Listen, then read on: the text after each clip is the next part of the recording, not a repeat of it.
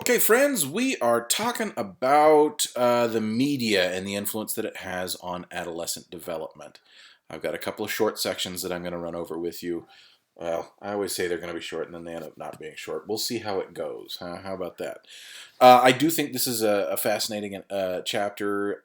I would be shocked if there aren't at least a couple of you that are writing your papers on the influence of media and more specifically like social media or the impact of smartphones on adolescent development. So I'll be really interested to see what you folks have to say about that.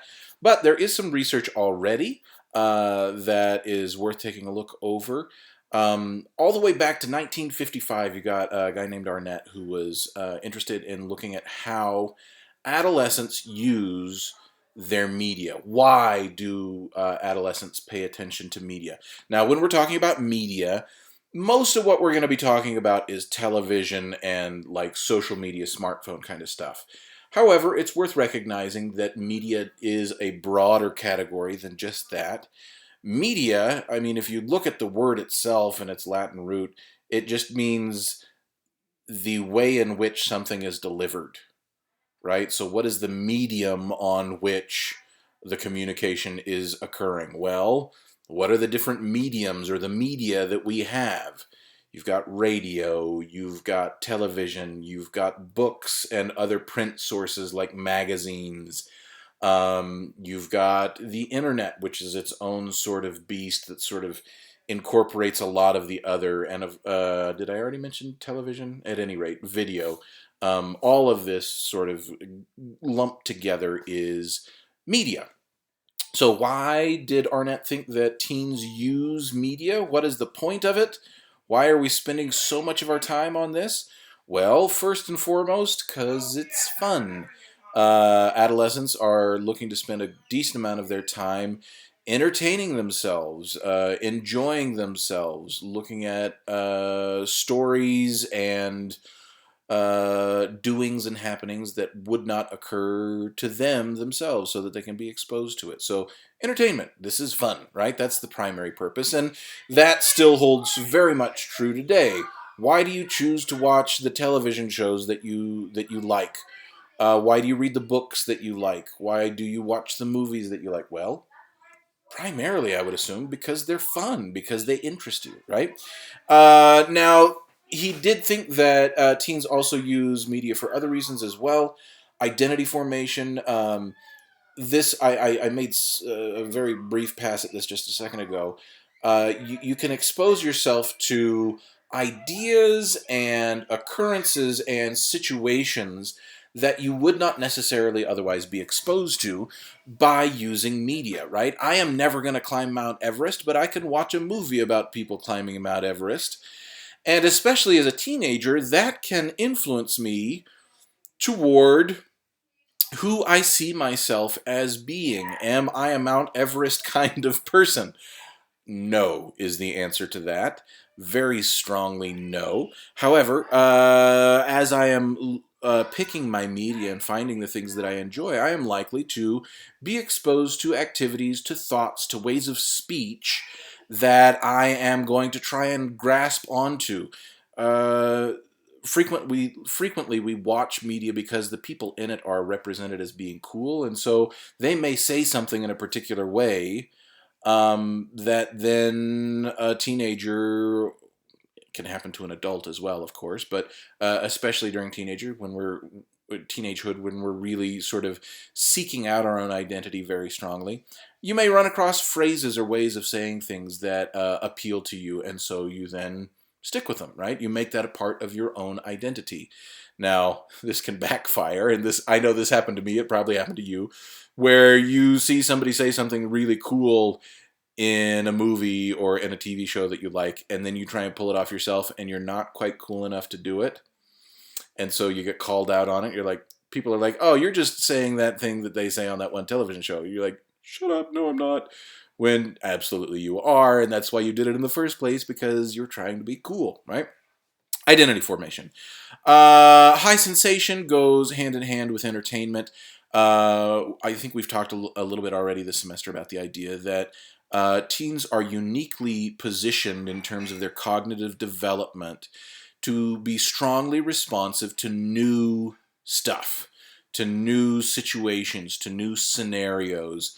And so they are going to seek out media that represents things that they're not going to be able to do themselves, not just because it's entertaining, but also because it gives that vicarious thrill, right? Um, I don't really like even watching extreme sports at this point, like folks jumping out of helicopters in squirrel suits.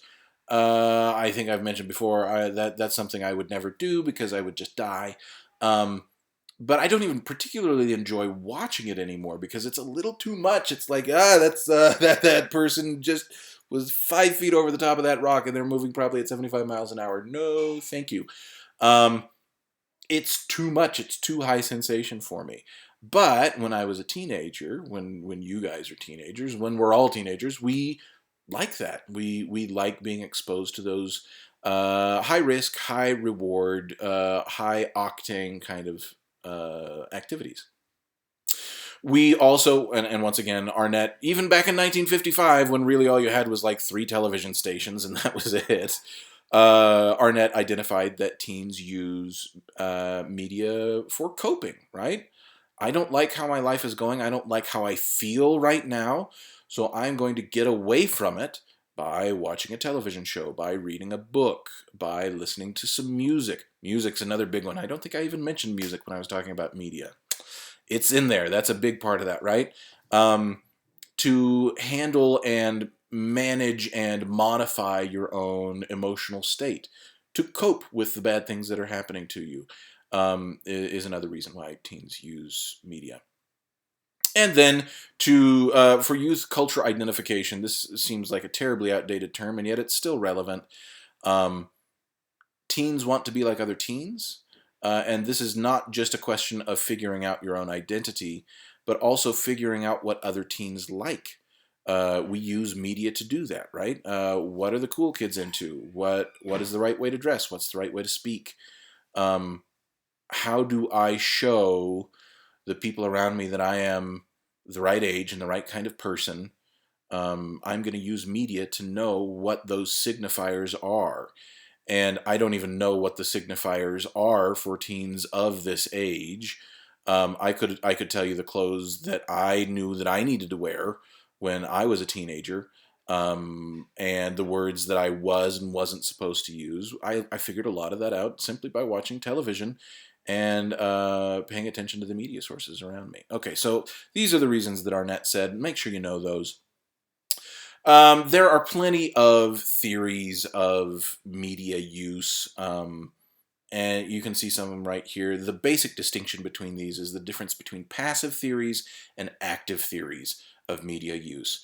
A lot of the more classic, older theories back from the 70s and 80s of media use talked about teens and humans in general as being passive receivers of media, meaning that we're like sponges. We just sort of soak it in, and we are influenced by that media, and are led around by the nose by it. A lot. This attitude still hangs around in subtle ways today. When you think about all of the discussion about violent media and the effect that that has then on school shootings and everything else, that entire conversation presumes that we have no choice about the media that we consume, meaning we see something and it imprints itself on us, and we then are bound to be different, bound to be influenced by that particular bit of media that we consume. In contrast, active theories treat us a little bit more like human beings usually act, which is we engage with our media. We watch it, we listen to it, we consume it, and we think about it as we do so, to a greater or lesser extent. We say, do I like this? Is this relevant? Is this about me? What is this saying? How do I feel about what it's saying, right? So this is a more active approach to media consumption where you are engaging with it and deciding how you feel about it. Think about the last time you watched, I don't know, I'm struggling to even come up with current media sources. Um, what about that show on Netflix, Love Is Blind, or any other of these dating and marriage reality TV shows? Now, we tend to think of that as a pretty passive experience, right? Oh, what's he going to do next? And oh, I can't believe he said that, or she, this is just sort of like mindless entertainment. You let it wash over you. You may not even necessarily be paying attention as you're watching this stuff. Nevertheless, I would be shocked if, for those of you who watch those kinds of shows, you didn't occasionally say, he shouldn't have done that. She shouldn't have done that. That's not the right way to treat people. I can't believe, no, this is wrong. I'm not sure I even want to watch this. This is kind of gross. Or maybe not gross, but some other adjective, where you are actually filtering that information through your own existing worldview, and maybe your worldview changes a little bit as you watch it, or maybe you reject some of that information because it disagrees with how you think people ought to behave and how the world ought to work, right? This is more active engagement, and we do actively engage. Think of the last religious film that you saw, whatever that might have been. Depending on your own personal views on religion, that was either something where you went, yeah, I really dig this and I really feel strongly about this. Or maybe you're strongly religious and whatever it was you saw, you're like, this doesn't sound quite right. I don't think this is how things really work. Or maybe you're not religious at all and you're like, this is garbage.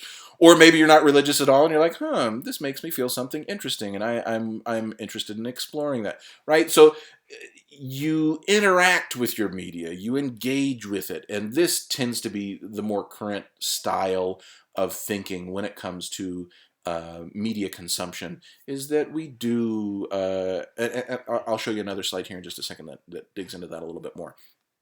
Let's talk about some of the older passive theories. Cultivation theory says that the media that we watch then shapes our worldview. So what you choose to watch is going to influence how you think the world is. This goes hand in hand with, what's the heuristic, the availability heuristic, which is a shortcut in thinking that says that something is more likely to occur the more easily you are able to bring up examples of it in your mind. So the availability heuristic is one of the reasons why some people won't swim in the ocean for fear of shark attacks, despite the fact that only like 5 or 7 people a year actually get bitten by sharks, and so the percentage is very, very low. It's very unlikely that that's going to happen to you. The fact is that every single time there's a shark attack here in the United States, even here in Utah, where it couldn't be less relevant, you're still going to hear about it on the news, and it'll, for the next 2 weeks, they'll track shark sightings along the coasts because it's news, it's entertainment, it's like sort of this thing, and so everybody pays a lot of attention to it. That means that if you are someone who watches the news, you can probably come up with half a dozen or a dozen different examples of folks getting chomped on by sharks, and so you think, when you think about getting in the ocean, you're like, whoa, I don't want to get in the ocean. I can think of plenty of examples of people getting bitten by sharks. That must mean that it happens sort of frequently. Despite the fact that if you actually look at the numbers, you're something like 20 times more likely to be killed by falling airplane parts than you are by getting bitten by a shark. So, we're actually really bad at figuring out how frequently things occur because it depends so much on our own experience. And that's what cultivation theory says. As you watch things on TV, you think that the things that you watch are more and more likely to occur. This leads to the mean world syndrome. You find, especially amongst folks in their later years, in their 70s and 80s, as they become more and more housebound and watch more and more television, they tend to believe that the world is actually a dangerous and scarier place, a more dangerous and scary place than it truly is, because so much of the media that they consume, both in terms of like fictionalized TV shows, cop dramas and whatever else, but also in watching the news, they get fed a steady diet of bad things are happening all around us and the world is falling apart. And this then led to the idea of the mean world syndrome, that we think the world is a terrible place that is aching to kill us because you see so much of that on the television, right? So once again, that's a passive theory. It maybe doesn't happen exactly like that, but you can probably think of an elderly relative that sort of feels like, things are on the downhill, and the world is going to hell in a handbasket. A lot of that has to do with what shows they're watching, right? Okay, social learning theory says that we imitate the behaviors that we have seen. This goes all the way back to Albert Bandura and the Bobo doll experiment, which I think I talked to you guys about, where Albert Bandura set up this experiment where he showed children a film of adults beating up on this blow-up clown doll, right? One of these, you knock it over and it pops back up kind of dolls called Bobo. The kids who watched that film, when put into a room full of toys that had Bobo in there, spent way more time beating up on Bobo than did the kids who had not watched that film. So they are imitating the things that they have seen. Once again, this is sort of a passive view of media consumption. Oh, I saw this happen, so I'm going to try it out. Now, kids do this, right? You can probably think back to your own experiences as a teenager, thinking about something that you saw on the TV, and you're like, "That was awesome. I have to try that. I have to say that the way that they said that, or I have to do that the way that they did that." It does occur, right? We do try to imitate things that we like, that we have seen in our media. But that may not necessarily be the only thing that's going on. Now, the uses and gratification theory, or more specifically the media practice model, I'll talk about here in just a second, because that's a very specific one that I feel like very accurately represents how we use our media. Before we get to that, though, I do want to point out, going to more the active side of things, there's two ways in which we push back against or interact with our media that keep it from just being a passive experience. First of all, we pick what we want to watch. I am not going to watch daytime soap operas. I don't like them. As a result, all of the socializing messages that are contained in that particular set of programs, I'm going to miss them, right? Because I'm not watching it. So me choosing what I want to watch is me choosing which messages I want to be exposed to, right? Which socialization messages. And not only that, not only do I get to choose what I want to watch and what I want to listen to, but also I can be sitting next to somebody and have a very different response to that media than they do. I remember one very pointed example of this. I remember going with one of my friends, it's been years ago now because this is an older movie at this point. We went and watched the Simpsons movie when it first came out. And we just died laughing. Me and another guy my age, we thought it was one of the funniest things we had ever seen. Hilarious and irreverent and all of the things that the Simpsons used to be and occasionally still are. And so I loved it so much that I then rented it and took it home and watched it with my wife. And I was sitting on the couch sort of like giggling at this stuff, and I look over at her and she's just like, "This is dumb. Why do you like this? Is this funny to you?" And I was like, I thought so. But then I looked at it with different eyes and I'm like, yeah, this is sort of dumb. I don't know. And then I felt really stupid about myself, right? So not only do we respond differently depending on who we are, our personalities, and our worldviews, but even depending on the circumstance, the same individual might respond differently to the same piece of media, depending on who they're watching it with or what their own particular mood is at that moment. So all of that sort of comes together to say it's not just that we are sponges soaking up our media and then we have to do what they say. We're zombies and automatons.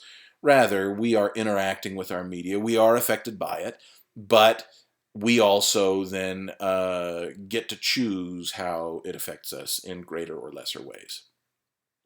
Now, the media practice model is the model that I think it best represents how we see our media and how we interact with it. So, start up at the top with identity. This is who I am. I know what I like. I know what I don't like. I know what I want to watch and what I want to listen to. That then is going to motivate me to select certain types or bits of media. to pay attention to.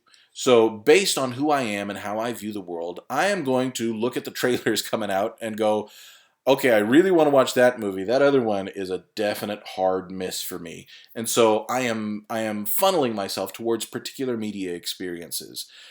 I then pay attention to those ones that I pick and interact with them. I evaluate the experience as I am having it. I sat through what was it? The Rise of Skywalker? Is that what that one was called? The last Star Wars movie, right? I like Star Wars. I'm a moderate fan, always have been. And I sat through that movie and I was just like, this is dumb. This is deeply dumb. Why did they do... Okay, this is a secret planet, right? Sorry, I'm spoiling it for anybody who hasn't seen it. This is a secret planet that they have to spend all of this effort to get to. And then they get there, and there's 130 Star Destroyers, each of which has got to have like 1,000 people on it, right? So a bunch of people had to know how to get to that planet. This is so stupid. All right, I'm just going to turn off my brain and watch it, I guess, because I am not having it. Right, so even though I was predisposed to like the piece of media, it was something that was in my wheelhouse. Nevertheless, I got there and I was like, nope, no thanks. I don't care. And so I evaluated it. I interpreted it. I then, ragged on it to all my friends when we started to talk about it. And, that then probably influenced how they viewed it. Anyhow, I then interact with my media and whatever messages it is sending to me, I'm not bothering to figure out what particular messages about who I'm supposed to be and how I'm supposed to behave the Rise of Skywalker was giving me. But I interact with that, and then if my interaction with it indicates that I should change my behavior somehow, then based on my evaluation of that media, I am either going to reject that message or accept it, right? Or somewhere in between. Might try it on for size under certain circumstances, right? Now, again, that's real escapist media that isn't necessarily intended to have strong social messages and tell me exactly how I ought to behave, but there is some of that stuff in there, even in the most escapist media, in terms of who is socially acceptable and who isn't, and a lot of that stuff. So in subtle and in ways both explicit and subtle, like under the level of consciousness, I then take that experience of interacting with that media and either change how I behave or reject the message and solidify my position where I already was. I then incorporate whatever message is appropriate to me, where I'm like, oh, I really like how they say that. I like how that person was behaving. I would like to be more that kind of person, and then go and do that myself, right? And that incorporation of those messages changes my identity a little bit and may then change the media that I pick the next time to engage with, right? And so it's this circle where what we watch influences us, we evaluate it, and either change or don't, and then that can change who we view ourselves as being. I think this is a really nice way of looking at our media use, and one of the other things to think about, just sort of the last thing before I finish up this little section of the video, our ways of consuming our media have broadened and deepened and become more available as now we have devices that are capable of showing us whatever we want to watch in our pockets all of the time. Now, this video, if you want to type this in and watch it, it's honestly, I don't love this little media clip because it's one of those alarmist news pieces where they're like, smartphones are ruining kids, and they're all going to be idiots, right? Now, I don't want to dismiss that point of view entirely. I do think there is something to some of that messaging.